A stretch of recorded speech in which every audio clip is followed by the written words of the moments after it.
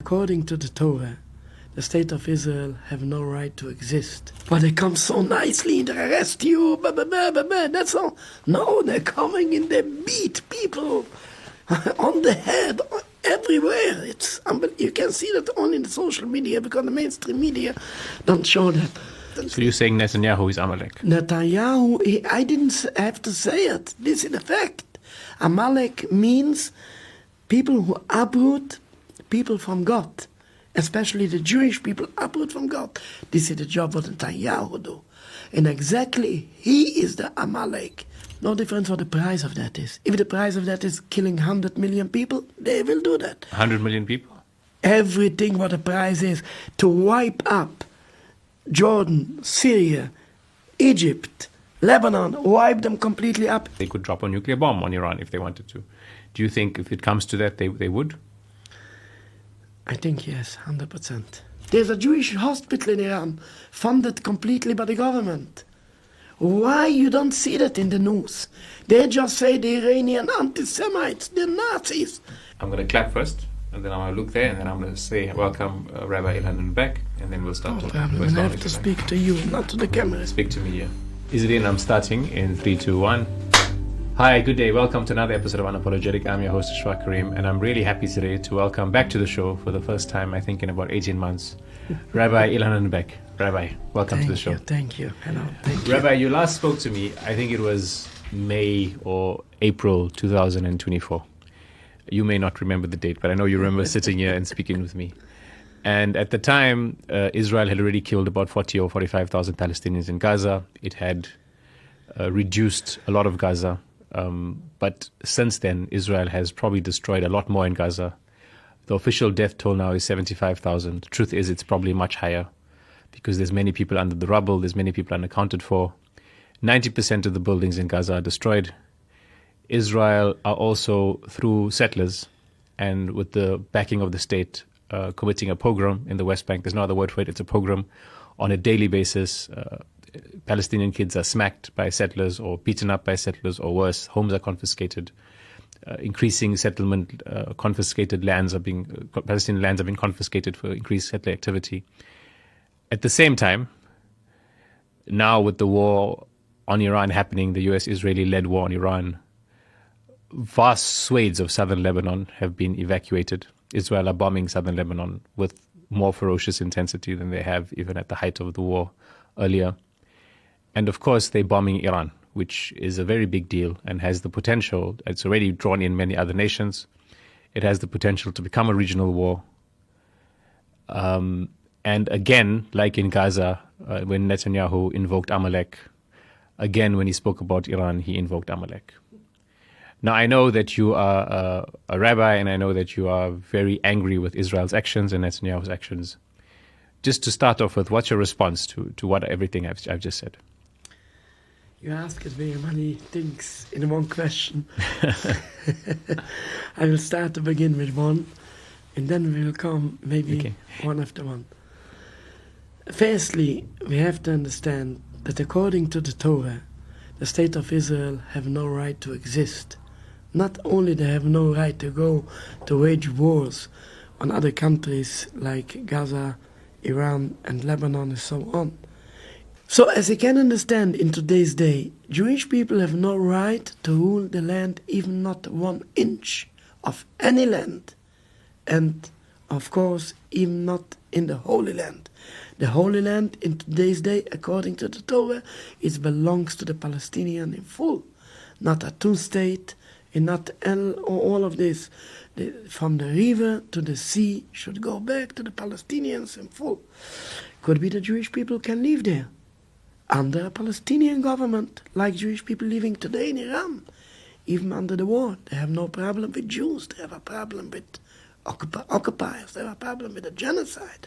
They have no problem with Jews. The same thing we can live as peaceful citizens, even in Palestine. But the whole land, the government should go back to the Palestinians in full, and all the Palestinian refugees should come back and they should get back their homes in their villages like it was before.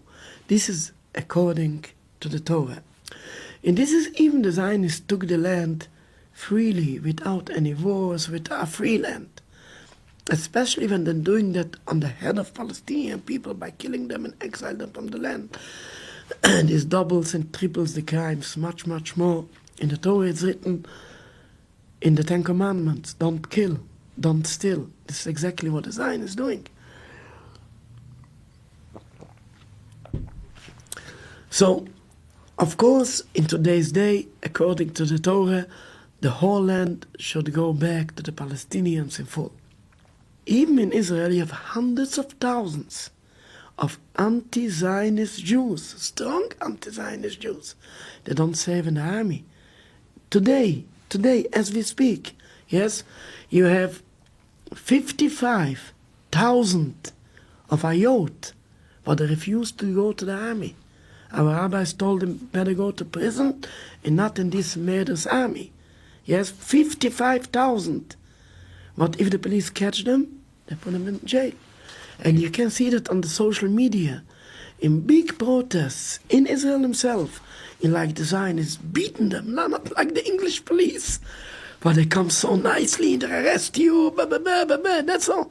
No, they're coming and they beat people on the head, everywhere. It's you can see that only in the social media, because the mainstream media don't show that. There are many people that didn't take any benefits of the country, of Israel. Like here it's called universal credit or so on. They didn't take. I have my cousin, he's called Rabbi Kraus. He lives in Israel and they have a big family, grandchildren, grandchildren. He didn't save for the country, he didn't want the it's called the Bituach Leumi, I think it's like a universal credit. He get every month a check. He make a big party, all the children, the grandchildren, he take the check, tear it in two, to show these are enemies, I don't want the money. Every month, he do that, every month. There are many people, but they refuse to go to the army, and they don't take any benefits, and they don't participate in votes. But this is in Israel. There are hundreds of thousands. But outside Israel, people look like me. Most of them are against the state of Israel. Just coming back, because you said a few interesting things there. Tell us and tell the audience, just what is the story of Amalek? Amalek is not really a person.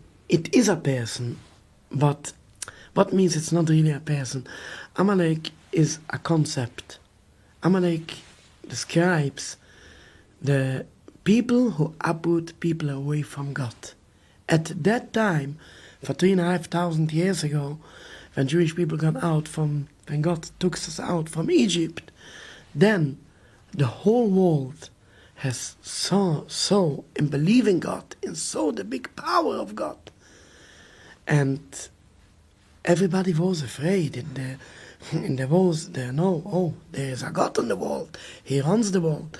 Then at that time it comes some nation it calls Amalek, and shown for the world. No, we don't have to fear God. We can do whatever we want. Since then, Amalek is the symbol of people who uproot people from God. In today's day, we cannot point any specific nation to say, this is Amalek, or this is Amalek, or this is Amalek. Amalek today is a concept of the people who uproot people away from God. Now, you don't have to come now to my answer. You have the answer yourself. Who uprooting people away from God in today's day? Not the Palestinians, not Iran. Iran is a God-fearing people. They're serving God. Who uprooting God? The right people who are uprooting God is Netnyahu or the whole Zionist. They uproot.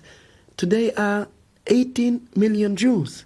16 of them, they're secular. They don't believe in God. Whose job is that? This is the job of the Zionists in the last 140 years, since they started the movement of Zionism. They uproot people from God constantly. So you're saying Netanyahu is Amalek? Netanyahu, I didn't have to say it. This is the fact. Amalek means people who uproot people from God. especially the Jewish people, uproot from God. This is the job what Netnyahu do. And exactly he is the Amalek. But I didn't have to say it. This is just the fact. I bring out the fact on the table. But I say that with the full mouth. And I have no problem to say that. He is the right Amalek. Who gives him the right to say who is Amalek, who's not? Of course, everybody who is his enemy will say he is Amalek. I can say for you, I can say for everybody. I mean, you have to understand what it means, Amalek. Now, I will come to another point. For 100 years ago, one of our greatest rabbis at that time, before the State of Israel, but after the Zionist movement begins, yes, 40 years after the Zionist movement begins, one of our greatest rabbis' name was the Chofetz Chaim. The books of the Chofetz Chaim you have in every single synagogue throughout the world.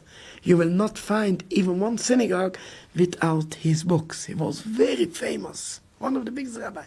He said that very clearly, that the Zionists are Amalek in today's day. And he said this when? 100 years ago. 100 years ago. Before the creation still of the state.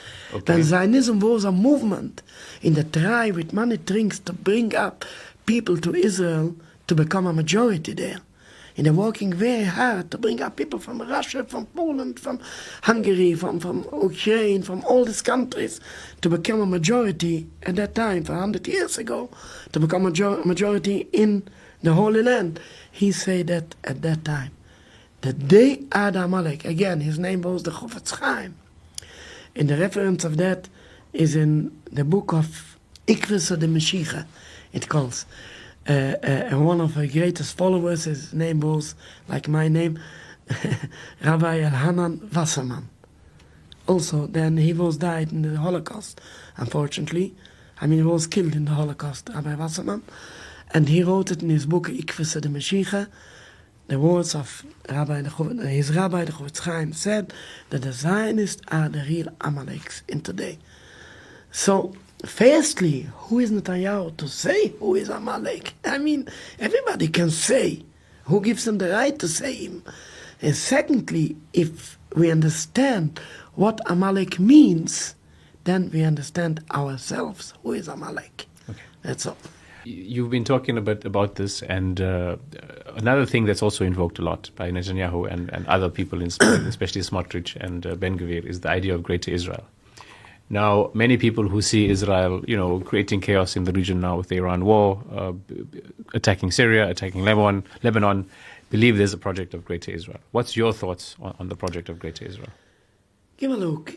Really, I'm not an expert in politics.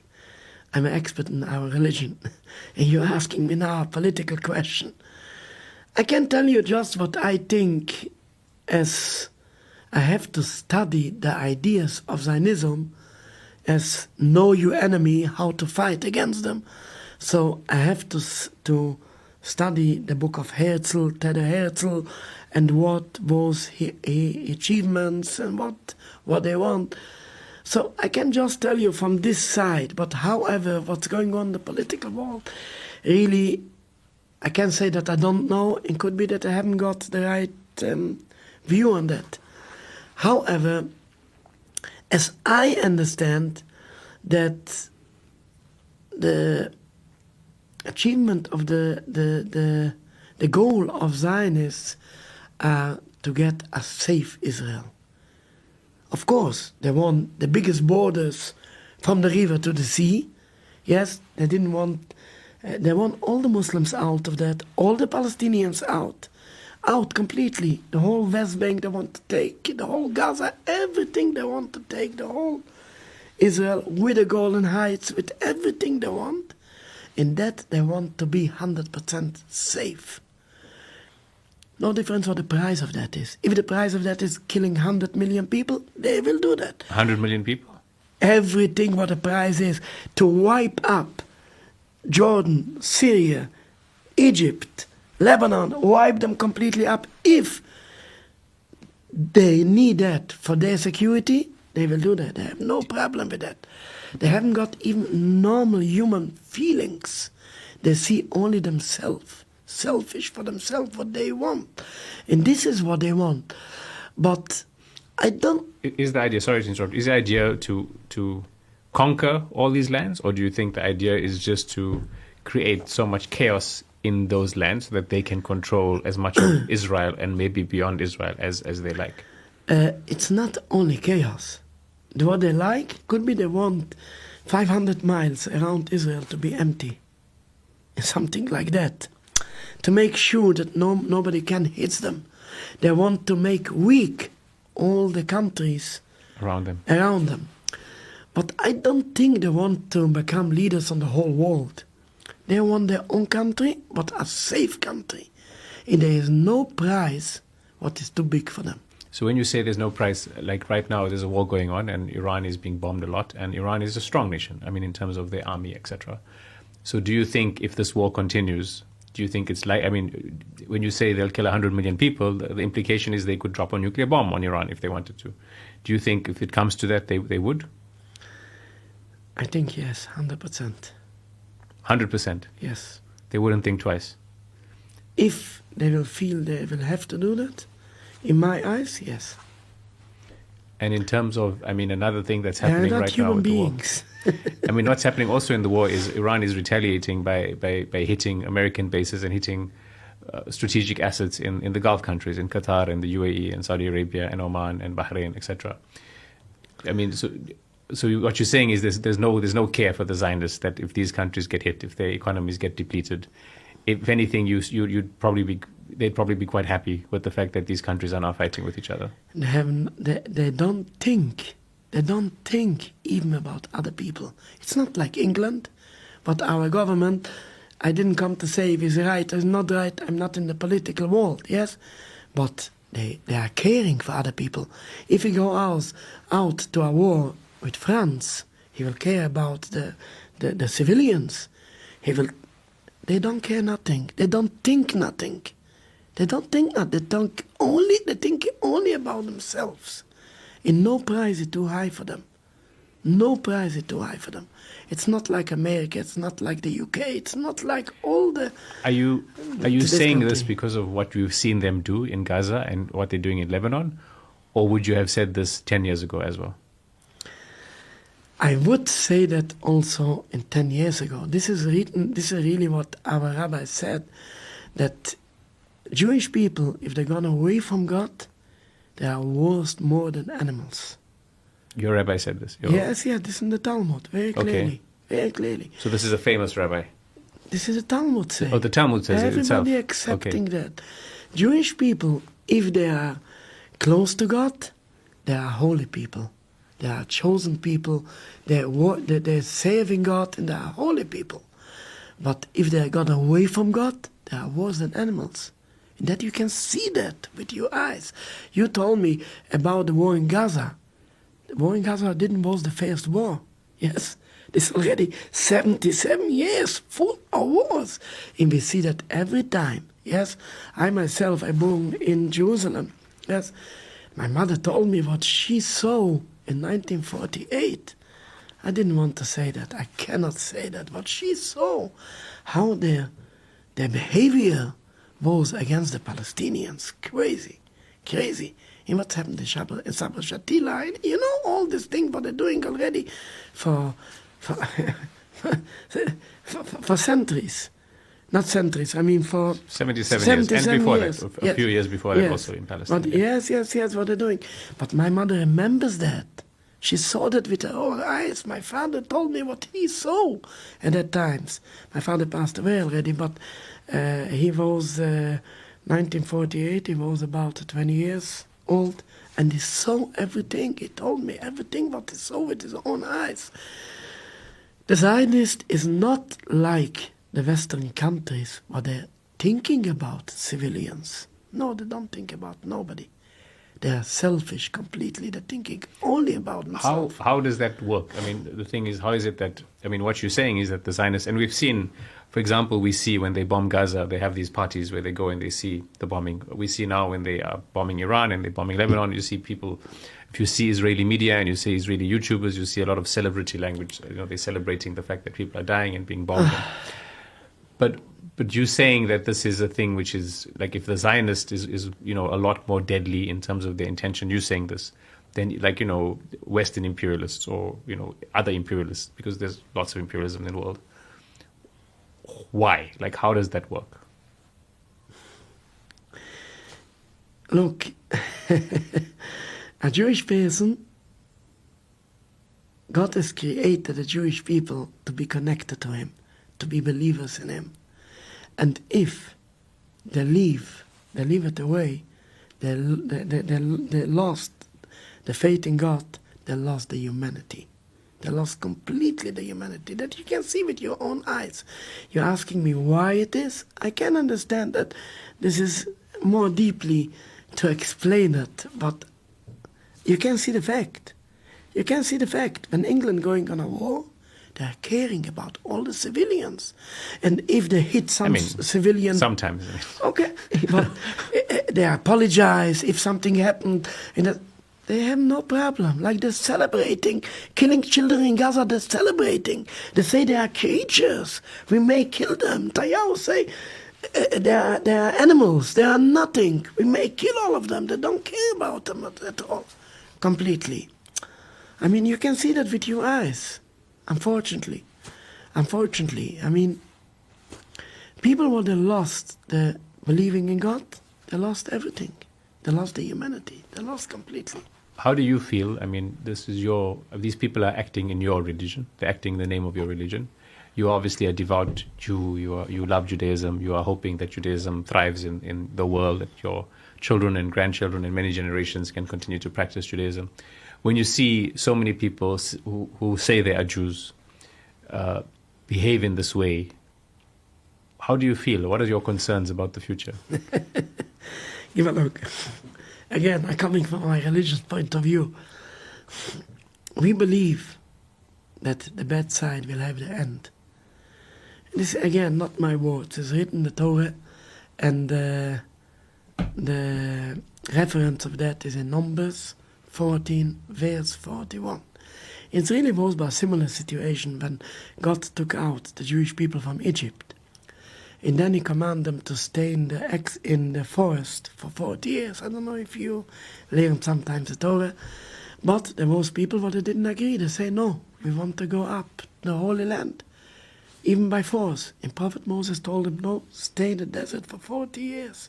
God commanded you to stay, took out from Egypt and commanded you to stay in the desert 40 years. Only after that you can go to the Holy Land.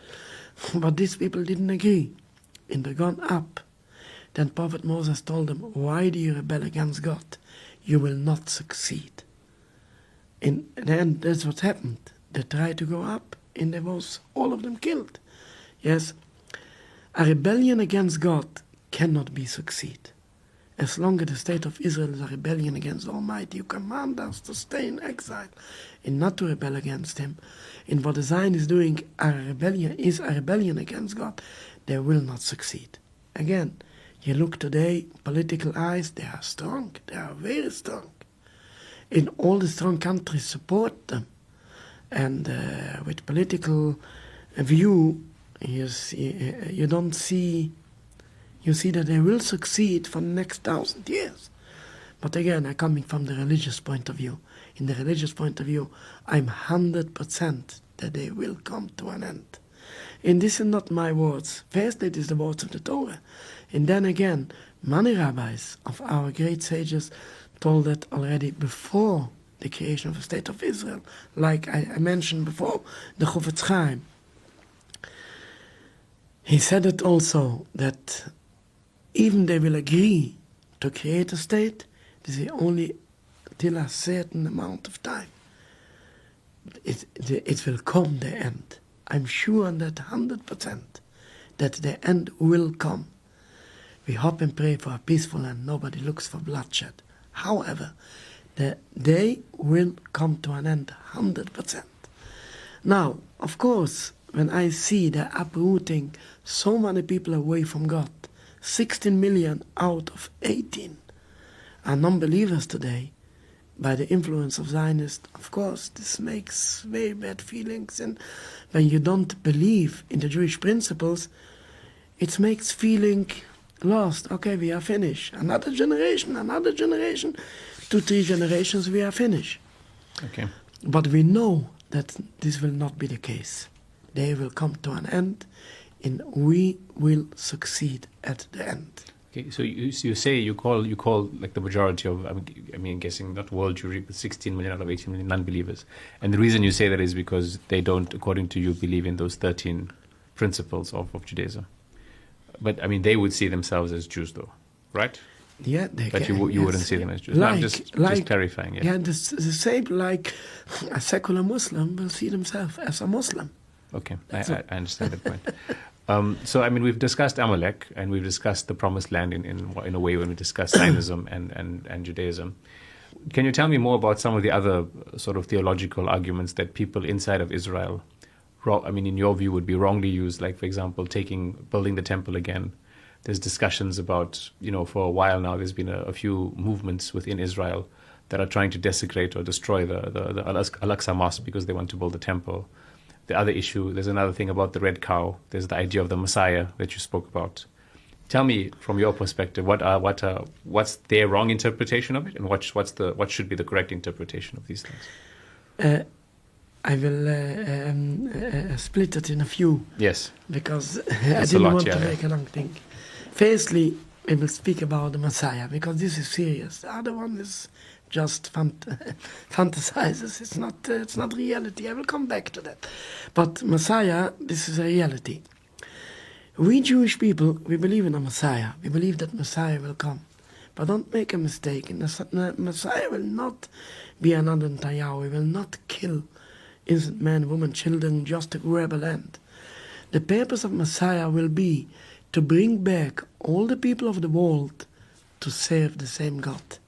In the time of Messiah, there will be unity from the whole world.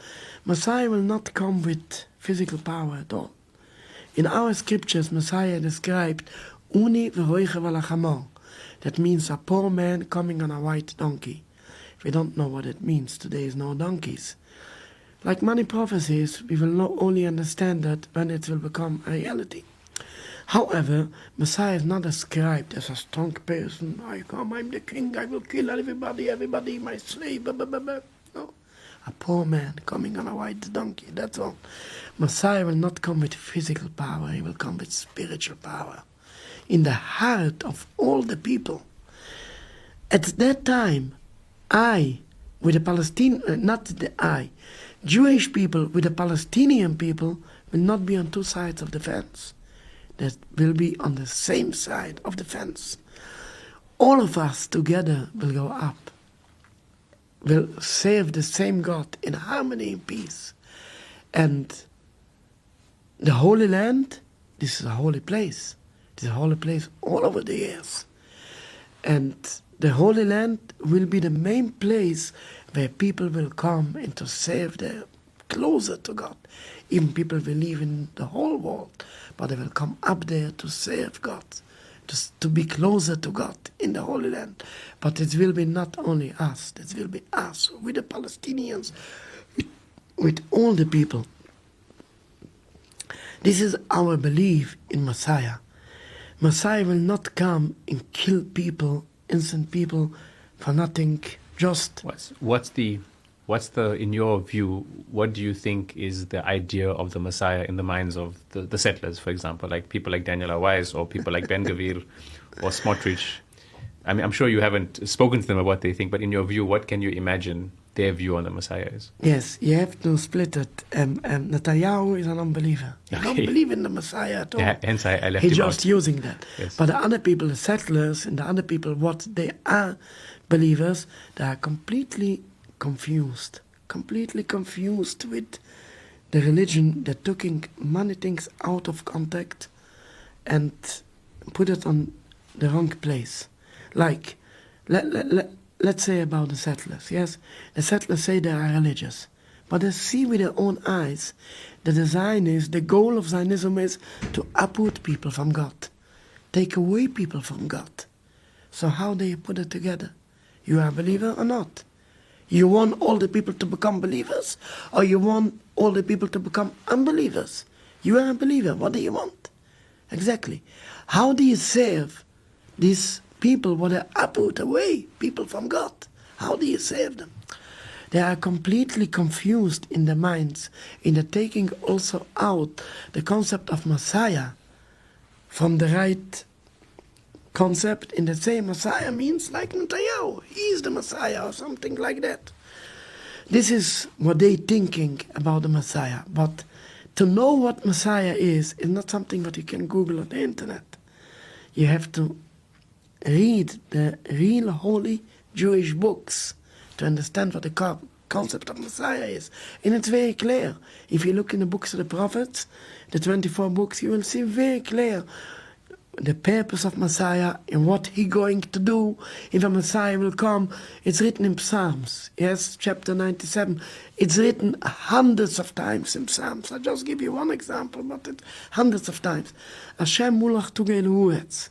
When God will reveal his kingdom on the world, the whole world will be happy. Yismechu iyim rabim. All the nations on the world will be happy. We say in our prayers, that means the whole world, not only Jews, the whole world will come together to serve the same God in harmony and peace. And like that we have many verses, hundreds and thousands of verses in our prayers, in the books of the prophets, again and again and again and again. That what the Zion is doing and the settlers doing is completely taking out of concept many things. And I will come to the other point, what you're asking. It's about the red cow the in red the cow and the mosque, at the Temple Mount, in Temple. Al-Aqsa, yeah. I will give you an example. This is completely fantasize. It's not reality. Look, Netnyahu, yes, he is a murderer. He is very bad. Bad is not a word for him, yes, but he's not crazy, unfortunately. He's not crazy. He was much better when he was crazy, but unfortunately he's not crazy. He will never speak about the red cow. He will never speak about building the Temple Mount, because he is not crazy. The settlers are crazy people. Crazy people. They're speaking about fantasizers, about things. Why you don't hear Netanyahu speaking never about the red cow? He's not crazy. That's all. This is not a reality. The red cow, this is this is a concept, a holy concept. You cannot kill man, woman and children into hope that God will be with you. This doesn't go together. God said, don't kill. If you do something what God forbid, then God is not with you. If they want that in our belief the Temple Mount, yes, let's come to this point. Many people asking me. I mean, sorry, just before you get to the Temple Mount. So what? I mean, in the Orthodox, in the pure interpretation of the red cow, what's the red cow? Not in the crazy settler interpretation where they're trying to kill people and hope the red cow comes. In your understanding of the red cow, what's the red cow? The red cow is just when in that times when you look in the Torah, you can see that there are many situations but people get impure, and how you get back pure. Now, I try to explain you. For example, we had a temple. To go in the temple, you have to be pure. Not, yes. If you are impure, like if you touch a dead person, yes, you become impure. How you get back pure, we call that tuher. Tuher is pure. Tumah means impure. Now, how do you come back? Usually there is something what calls a mikveh. I know, but the Muslims also you have a mikveh. Mikveh means a water, a small pool of water. You go in and you get back pure. You get back pure. But there are some impure things that you need about the red cow. The red cow means that you have to take a cow that is completely red, but today you don't see them. This was like a miracle. It was only 9 red cows since God gave the Torah to Mount Sinai. In the 10th will be when Messiah will come. Because today we are anyway impure. We are in exile, so we haven't got the red cow, and we haven't got the whole procedure of the red cow. In the red cow, we slaughter them, and then we burn them, and we put the in the water, and we The blood in the water. not the blood. We burn the cow. After, The ashes, okay. Yeah, the ash, yes. After slaughtering, we put it on ash, and the ash we put on water. And this water, on some conditions, it's written in the Torah, you put it on impure people and they get pure. Okay. We don't understand that. This is a command of God. One of the commands what we don't understand. There are many commands what we understand, like don't kill, don't steal. We understand it. But there are many commandments what we don't understand why it is. It is like that's what's written in the Torah. Everybody can see that the Torah is open. This is the concept of the red cow.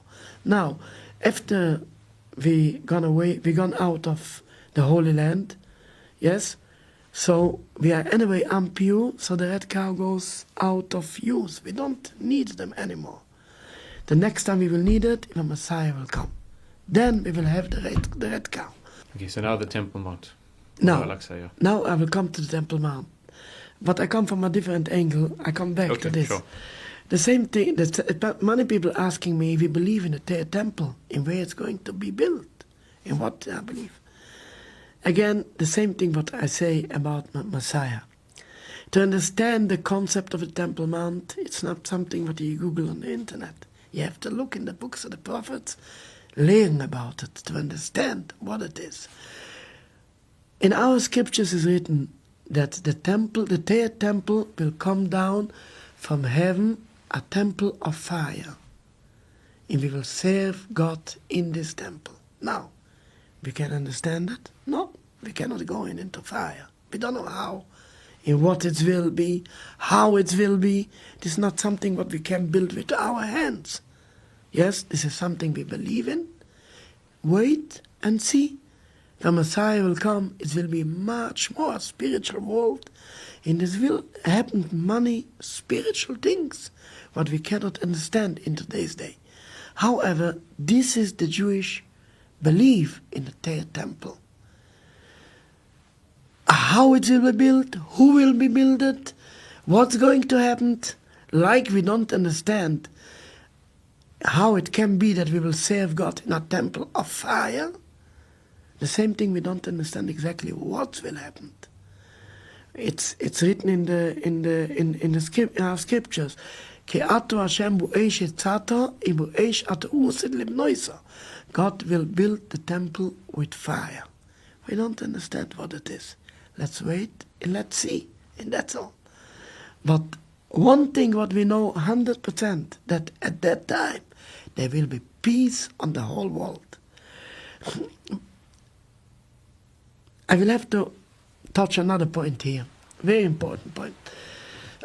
People asking me very many times about the Temple Mount, about Messiah, and I told them that in our scriptures, the Messiah what we're waiting for is the Messiah what he will make peace on the whole world. I will give you a story what's happened with one of our greatest rabbis. I mentioned them before, the Maimonides. Maimonides was, for 1,000 years ago, he was the doctor, the private doctor of the Sultan. I didn't remember the name of the Sultan. One of the sultans. Where, in which part of the world? In Egypt. In Egypt, okay. Yes. And he was the personal doctor. One time the Sultan asked him, look, you are my private doctor. My life, in my life of my family is in your hands. But you are not loyal to me. How can I do that? He said, where do you see I'm not loyal? He said, because you believe in Messiah. If a Messiah will come, you believe he will be the king. I'm the king. Maimonides answered him, look, the Messiah will come. If you will not be the first one who will take your crown and put it on his head, he is not the right Messiah. Because the Messiah will come, everybody will agree to him. Me and you together. Messiah will bring him spiritually in our heart to see and to serve the same God in harmony and peace. This is what Messiah will be stand for here on the world, to bring a spiritual world. This is the job of Messiah. And if you will not be the first one to give him the crown, this is not the right Messiah, this is the false Messiah. The same thing is what the Zionists mention Messiah with something like that. I want first see by the Messiah what they want to say.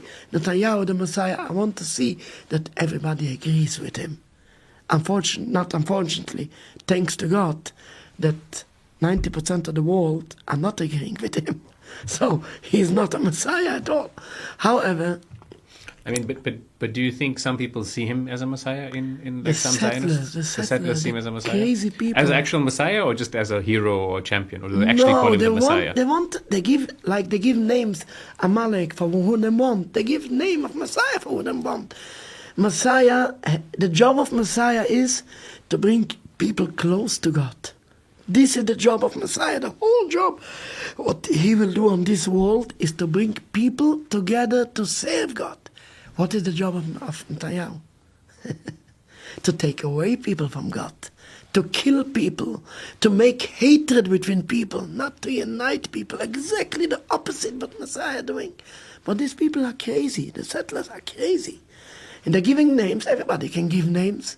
And then if you have the power for that, okay, you have the power. But it doesn't make wrong for right, because you have the power to that.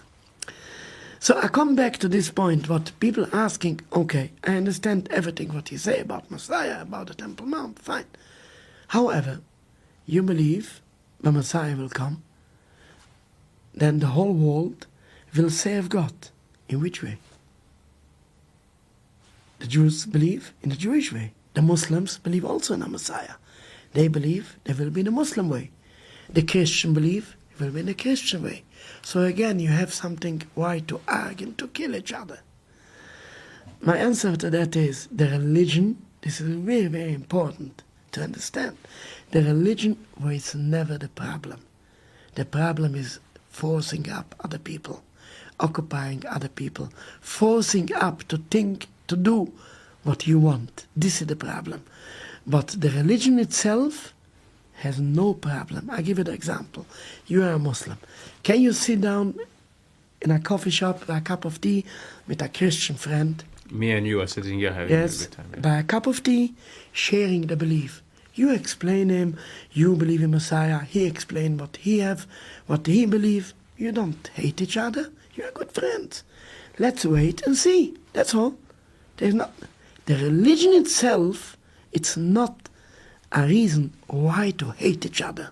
The problem starts only by the occupation, by force other people, and even forcing other people of the religion, yes? Like it was the Spanish Inquisition, yes? The forcing up the religion of other people, this creates hatred, this creates killing, this creates all the problems, but not the religion himself.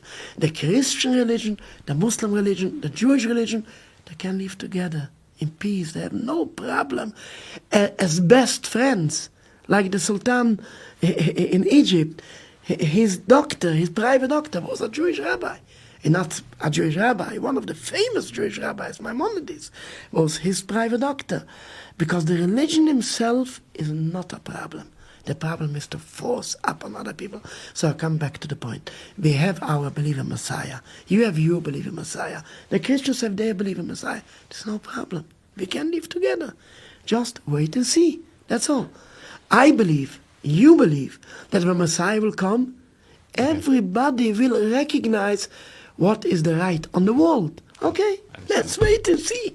When God will come down, everybody will see God, everybody will recognize in him, and everybody, of course, will follow him. Okay. You obviously, you've been attending most of the demonstrations against the bombing of Gaza and the genocide of Gaza, and now the bombing of Iran for the last 2.5 years, or just about two. It's not yet 2.5 years, but it's more than 2 years. You wear Palestinian garbs. Obviously, just based on what you're saying, you mentioned that in your view, the Zionists are almost like Amalek, right? So you've obviously dedicated a big part of your religious life to trying to purify, I would say, this Judaism by resisting Zionism and by resisting these people who have usurped your religion, right? Do you see that as the most important religious duty you have? In today's day, yes. Give a look. if somebody will come into the Muslim people, yes, and succeed to uproot so many Muslims from the religion, yes, of course, this is one of the most important things of Muslim person, to put things on the right place. For themselves, for the children and the grandchildren, and for the world, to give the right image for the world of Islam. The same thing is about Judaism. If somebody comes in the name of Jewish people, they're killing other people. And they're doing so many murder acts, what they're doing in my name. When I going in the street and I hear behind me somebody say, Hitler, Hitler. I know we watched yesterday a film of Gaza, yes? They're doing that in my name, yes? Of course, this is our most important duty, to come out. And this is important for us, ourselves, for our children, for next generation, and for the world, to show what is real Judaism.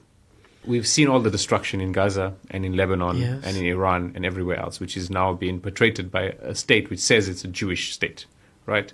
In your understanding of history, of Jewish history, are there other stories of people who claim to be Jews or who are Jews behaving as badly as this? Just look in the history. You don't see that at all. So this is unique. Jewish, of course, Jewish people was all the times believers in God, loyal citizen to all the countries where they lived, and they was every time loyal. You can't see in the whole 2000 years since we are in exile even one rebellion of Jewish people. Like you have one, but it didn't was by force. It was Shabsai Tzvi, I don't know if you heard about it, build up a messianic movement, a false messianic movement. But it didn't was by force. It was only not too long, a few years, till the Sultan of Turkey just finished with the whole thing. But you don't see it in the whole long of 2000 years of the Jewish exile. As we are exiled history, you don't see even nothing close to them. All the time Jews live as peaceful citizens in all the countries. Because Jews were believers in God, and they believe that God sent us in exile. We are not try even to go out by force. We are in the hands of God. God put us in the corner, we stay in the corner. We are not try to come out of the corner by force. So, I mean, there's many people listening to this conversation. And obviously you are speaking as a Jewish person, as a rabbi. But there's people who listen to this and say, we are, based on what we're saying, we are probably, making Israelis or people who say they are Jewish but support Israel, we're making it unsafe. And they'll probably accuse you of being a self-hating Jew. They'll accuse me of being an anti-Semite. They're accusing many people now of being anti-Semites based on this. Anyone who now is pro-peace and wants to ensure that children in Gaza aren't being killed, they're calling them anti-Semites. What's your response to that? Give a look. It didn't come in even any anti-Semitic. The Muslims were never anti-Semitic, and they are still not today anti-Semitic. Everybody who knows a bit of history knows that Jews and Muslims have a golden life. For centuries we live together. And for the truth is to say that we lived in the Muslim countries much better than in the rest of the world. And this is open history. Everybody can see that. I mean, I agree with you, but there's been some instances where some Muslims are anti-Semitic. I mean, but on the whole, I agree with you. No. No, I'm sorry. I'm sorry. Just read the history. You are a bit influenced from the Zionists. No, I just have some Muslim friends who are quite anti-Semitic. I mean, this is why I know, but I agree with you on the whole. I will explain. These Muslim friends that you have, yes, bring them together with me.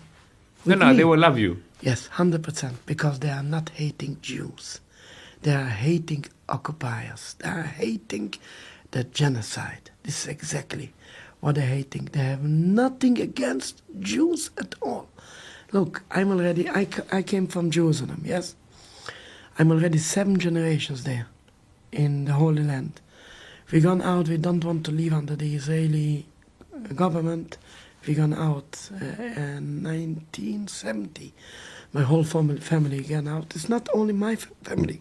Since 1948, tens of thousands of Jewish families has gone out of Israel.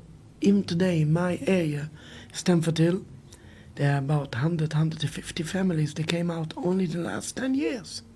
They didn't want to live there. And but my mother told me very much that she remembers the good life between Jews and Palestinians. They lived together, they used to babysit each other, the children. She remembered that. Palestinian neighbors brings over the children to her parents to watch of them when they're going to any occasion. And the same thing, the Jewish parents bring the children to the Palestinian neighbors to babysit them. And also we used to dance by the weddings, each other. I myself, I know many Palestinian songs. Just we're singing that what we heard by the Palestinian weddings. We have a golden life each other together. And look, I give you an example, even today's day. Yes, I live in Stamford Hill. They're living tens of thousands of Jewish people. They're living many thousands of Muslims. I don't know how many. In their synagogues, side by side with mosques. We're helping each other. When the Jewish synagogue wants to build out extension, making bigger, the Muslim counselors helping them. When the mosque in Keesneveld, they want to build out, the Jewish counselors help them to get a permit. One of the Jewish counselors, his office is in the mosque of Keesneveld. There is his office, where people coming up to him is in. We have a golden life together. I can say all the minicab drivers in our area, about 400 or 500, all of them are Muslims. If he's sending us small children of 2-3 years in the playgroups with the Muslim drivers, I never ever even hear one single problem between them. I tell you just a nice thing. For 2 years ago, I was by a rally here in London, pro-Palestinian rally, and I burned the Israeli flag there. You burnt the flag? Yes. That's a crime, you know. The police arrest me. Okay, sure. Okay, so you got arrested for it. And I asked the police, why are you arresting me? It's not against the law. No, this is racial hatred. I told him to kill the children in Gaza is not racial hatred. But to burn an Israeli flag among 10,000 Muslims, this is racial hatred. I was in Hammersmith, here in the police station, and I have the first interview. It was Friday night, 3:30 in the morning. They called me out for the first interview. And 3:30 in the morning, so yes. Like late at night, yes. Yes. And they asked me, why do you do that? What do you want? At the end of the conversation, I asked for the police, can I ask you something? Yes. I told him, I think I know you. Maybe you working in my area in Stamford Hill? Tell me yes. I'm working in Stoke police station. I remember from my area, I saw him. I remember his face. What are you doing here? Sometimes we're going one place to the other. So I'm working now here, but usually I'm working in Stoke. I told him, can I ask you some question? Yes. In Stamford Hill, of course, you know the area, yes? You're patrolling this area. There are tens of thousands of Jewish people and tens of thousands of Muslims. Both of them have youth. How many calls you have a day in fighting between the Jewish youth and the Muslim youth? You say nothing. How many times a week? How many times a month, a year? Never. I told him, why? Why? It's not normal. Yes, these two people, they should fight each other. You don't know. I told him, you know why? This is because of my racial hatred. What I'm spreading out, the hatred, this unites them. The Muslims know that people like me, the people in Stamford Hill, are against the state of Israel. They have no problem with Jews. We're living there as best friends. Okay. And you don't have to go too far to the history. Look, Jewish people living today in Iran. I take the extreme example. Iran is the greatest enemy of Israel. In the middle of the war, Iran didn't concentrate the Jewish people in concentration camps now. They protect them. like normal citizens. There are 35,000 Jewish people living in Iran just now, and they have a golden life there, even in the middle of the war. They have no problem. The Iranians have no hatred against Jews. They have a problem with the occupation. And the Iranians say that again and again and again and again in the media, we are not against Jews, we are against the occupation. But the mainstream media are under Zionist influence, and they want to brush everybody with anti-Semitism, and then they can say, oh, this is Nazis, this is anti-Semitic. Haven't got nothing to do with anti-Semitic. Why the media didn't bring out this point that Jewish people living in Iran now, under the missiles, they're living free. They have today their schools, their high schools, all the institutes. There's a Jewish hospital in Iran, funded completely by the government. Why you don't see that in the news? They just say the Iranian anti-Semites, the Nazis. Why people are so blade? Why they don't think? Just open the eyes. And not only Iran, all the Muslim countries are full of Jews. In Morocco, in Tunisia, Algeria, Turkey, everywhere is full of Jews. And Jewish people living there peacefully. They have no problem there. Why people ignoring that? This all proves and shows that this haven't got nothing to do with anti-Semitism. You say you have friends anti-Semitic, I can promise you, bring them on my table. You will see they will love me. They have no problem with a Jew. They have a problem with the occupation. They have a problem with the genocide. They want to see Palestine back to the Palestinians. I also want to see that. I'm waiting for this day. And this day I will be proud to go back to Palestine. I was here with a Palestinian ambassador. I told him, I'm a Palestinian Jew. I want a Palestinian passport. He told me, unfortunately, at the moment we are not issuing passports, but when we will, one of the first passports will be for you. I want to demonstrate for the world that it's a honor for us to give a passport for a Jewish rabbi to show having got nothing to do with anti-Semitism. We are not against Jews. Jews will be welcome in Palestine. When Jews will be welcome in Palestine, when there will be a Palestinian country, as long they haven't got any goals to take over the country. They want to live as loyal citizens. And I will tell you a nice story. This was for 30 months ago. This was 3 months after the October 7th. 3 months before or after? After. Okay, in so January. It's not 30 months ago. It's about 2 years ago. Yeah, 24 months ago. No, on January. It was on January. On January, 3 months. We were invited to Turkey to a big conference there for Palestine. And we come there. In the middle of the conference, appears there Ismail Haniyeh. You know who is that? Yeah. I'm not allowed here by law to mention this terrorist group. But Ismail Haniyeh, yes, he was the leader of Hamas, the political leader of Hamas. He appears in the conference. He come up and he saw the rabbis. He told them to come up. And they come up, he embraced our rabbis and they say, we have no problem with Jews. I want to demonstrate for the world, Jews like these rabbis will be welcome in our Palestine. We have no problem with Jews. We have a problem with the occupation. We have a problem with the genocide, but not with Jews. Jews like that will be welcome. Okay. We see that in many places. This has nothing to do with anti-Semitism. We're about to conclude, but just a few more questions, right? Many people who support the Israeli state, not just Zionists, I mean, people who are probably even like soft Zionists, but even TV presenters, everyone sort of says the Zionists and Israel has a right to defend itself. Netanyahu uses this rhetoric a lot.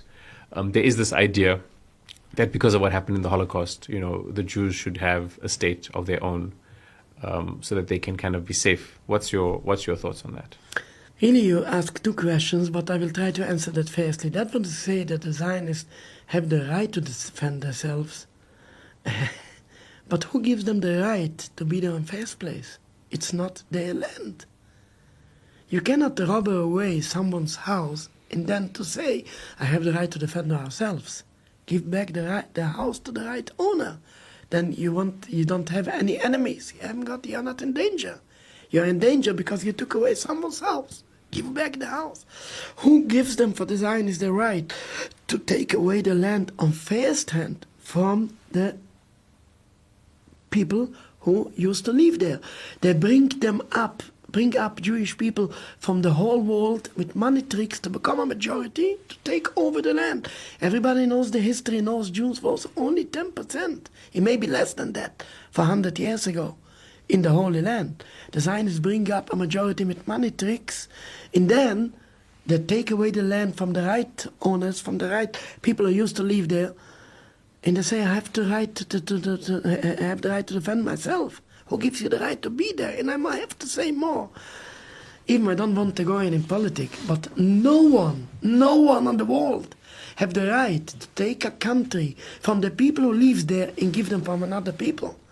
England, who gives the land, the United Kingdom gives the land for the Zionist people by the Balfour Declaration. Who is England to give them away for another people? Can I give your house away for somebody else? This doesn't belong to England. And even the United Nations haven't got the right to this. And I tell you more. King Starmer, Keir Starmer, yes, he's our prime minister, yes? And very respected. Fine, very good. He runs the country very good. If he will one day decide to give away England for a present for Italy, yes, what will happen? Everybody will stand up against him. He hasn't got a right to that. It's not his country. Even the king cannot do that. It's not his country. The land belongs for the English people who lives here. Palestine belongs for the people who live there. These are the Palestinian people.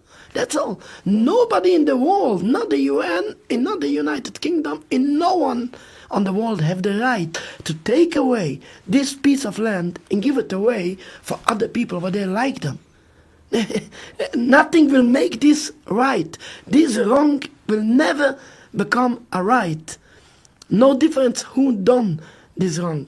So now you come, Israel say we have the right to defend ourselves, but who gives you the right to take it on first hand? It's not your land. Give back the land for the Palestinians.